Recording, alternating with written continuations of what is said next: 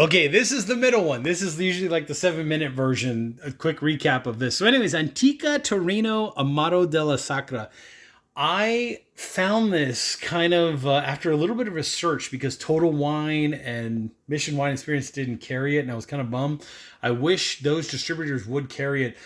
Honestly, in my opinion, this should be an award winner, like more than some of the ones that have won awards. Like, I'm not going to mention any names, but honestly, this is just so well balanced. I'm not sponsored by them in any way, shape, or form. And I always say, especially to Skurnik Wines down there in New York, if you're watching this video and you want to reach out to me, I would love to talk about some kind of partnership or sponsorship or something similar because, God damn it, this is so damn good.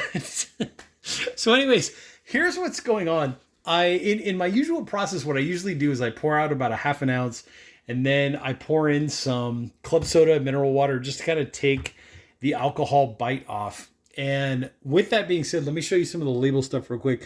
So there's your label, right? 35% alcohol by volume. Here's the backside of water. Here's what you're getting back there. So if you want to go ahead and take your screenshots, do whatever you got to do right there. But speaking of the alcohol bite, right? So it says macerating in alcohol. I think, don't quote me. Don't quote me, but I think the alcohol that they're talking about here is something similar to like a brandy process. Like, I know that this company makes vermouth, I think a couple different types of vermouth, and I kind of get that like brandy kind of vibe when they say alcohol, right? So anyways, in there's herbs, right? Spices, roots, barks, resin, seeds, and flowers. You kind of get the idea. On the nose, like right off the bat, what I'm getting from this is it's not like a frontal push. It's not like, oh my God, like this is cola or this is this or this is that. But honestly, it's a complex stone fruit kind of a vibe that I'm getting mainly from the nose. So we're talking like take a plum, take a peach, cut them in half, put them on a barbecue, low flame, drizzle some honey, some brown sugar on them, and get that caramelized stone fruit kind of a vibe going on. That's what I'm getting from this on the nose. On the taste, in a percentage of 100, I would say once you get past the alcohol, right? So I did like a half an ounce in here, and then I poured in like a little bit of the club soda or mineral water. But once you get past like the alcohol forward bite, what I got was, let me refresh my memory real quick because it's so damn good. I want to taste it anyway. Yeah. So what I get is, in terms of sweet to bitter, I would say it's like 60-40. So 60% sweet, 40% bitter. The tastes that I'm tasting are definitely that caramelized brown sugar, honey, stone fruit kind of flavor profile. Peach, plum, you kind of get the idea. Then after that, so that would be like in a percentage of 100, I would say that's like 60 to 70%. It's so hard to dial in because it is so complex, and there's think like broad spectrum of flavors going on, very deep, very luscious, very elegant, right? Of like all these different flavors that are going on.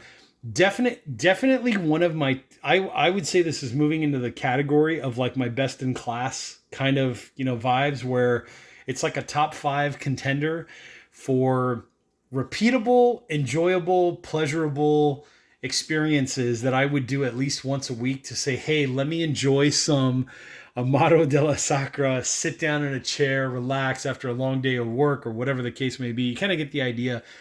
But if it's like 60% stone fruit, I would say the remaining 40% is balanced between roots and barks, like unsweetened root beer. There's a little bit of rhubarb action that I'm getting in there. There's a little bit of warm baking spices. So like cinnamon, but not overpowering, like cinnamon, clove, maybe some cardamom, a little bit of like just notes, like 1-2% of like maybe some, you're getting like that brandy, right? Like that alcohol, you're getting that like brandy kind of vibe going on. And then it's kind of odd. Like now that I think about it, like from the previous video that I did that was like 11 minutes or 12 minutes, there's almost like a nut chocolate thing going on too. That's like very low on the percentage, maybe 1%, 2%, where I could see like they use the word resins right? Like resins and seeds, but it's kind of funny. It's almost like a sweetened raisin is kind of like what I'm getting, which could kind of be akin to that stone fruit, that rhubarb, that fruity kind of ness. What I'm not getting any alpine. Like I know they make a vermouth that has wormwood, sage, some other stuff in there, but like I'm really not getting a lot of that. Like there's no distinct like hard anise flavor, but what you might or what I'm tasting is maybe like a subtle, like we're talking 1 or 2% of like a fennel bulb kind of sweetness, like a sweet fennel kind of taste. Getting a little bit of that in there too. You know, it's so damn complex. But to quickly recap, I'm not sponsored by this company, Antica Torino. I'm not sponsored by whatever this is, Skurnik Wines. But if they want to reach out to me for some sponsorship partnership, hey, I'm all for it. But to quickly recap, I would say if you're looking for a beverage to bring to like a dinner party, maybe some of those people at that party have had Aperol and Campari, and they're looking to expand their vocabulary of Amaro, and they want something different. A good dessert Amaro, I would definitely say, you know, sweetness to bitterness, I would say it's like 60% sweet, 40% bitter. But they want something broad. They want something complex. They want something maybe more like on the fruity end, like the fruity sector of like Amaro goes in all kinds of different categories. Cola, rhubarb, alpine, fruity, floral.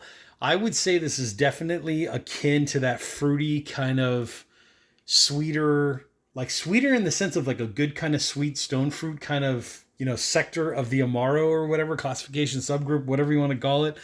I would say this is definitely a bottle I would bring to a party. Respectable, very, very respectable.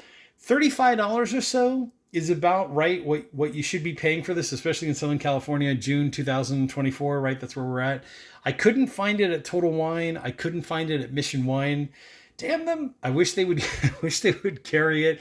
You know, this company here, Skurnik, you need to get on it and get this stuff into Total Wine. It should be an award winner. Honestly, in my honest opinion, I think this should be an award winner, and I think it's probably a marketing thing. It's probably getting into the hands of the right people that can kind of bring it to where it needs to go to win an award, if you know what I mean.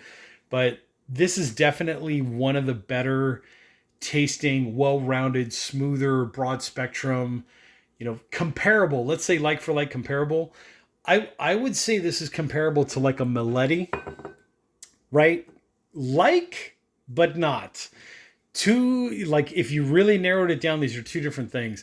This one's very rhubarb, very balanced, but this one has a little more complexity to it. I think the Antica Torino definitely has a little more of a broader spectrum of things that you're tasting. There's a lot more complexity going on, that kind of a vibe. Anyways, hope this video out there helps someone. I will catch you all in the next one. I'm just tongue-tied right now because it's so damn good.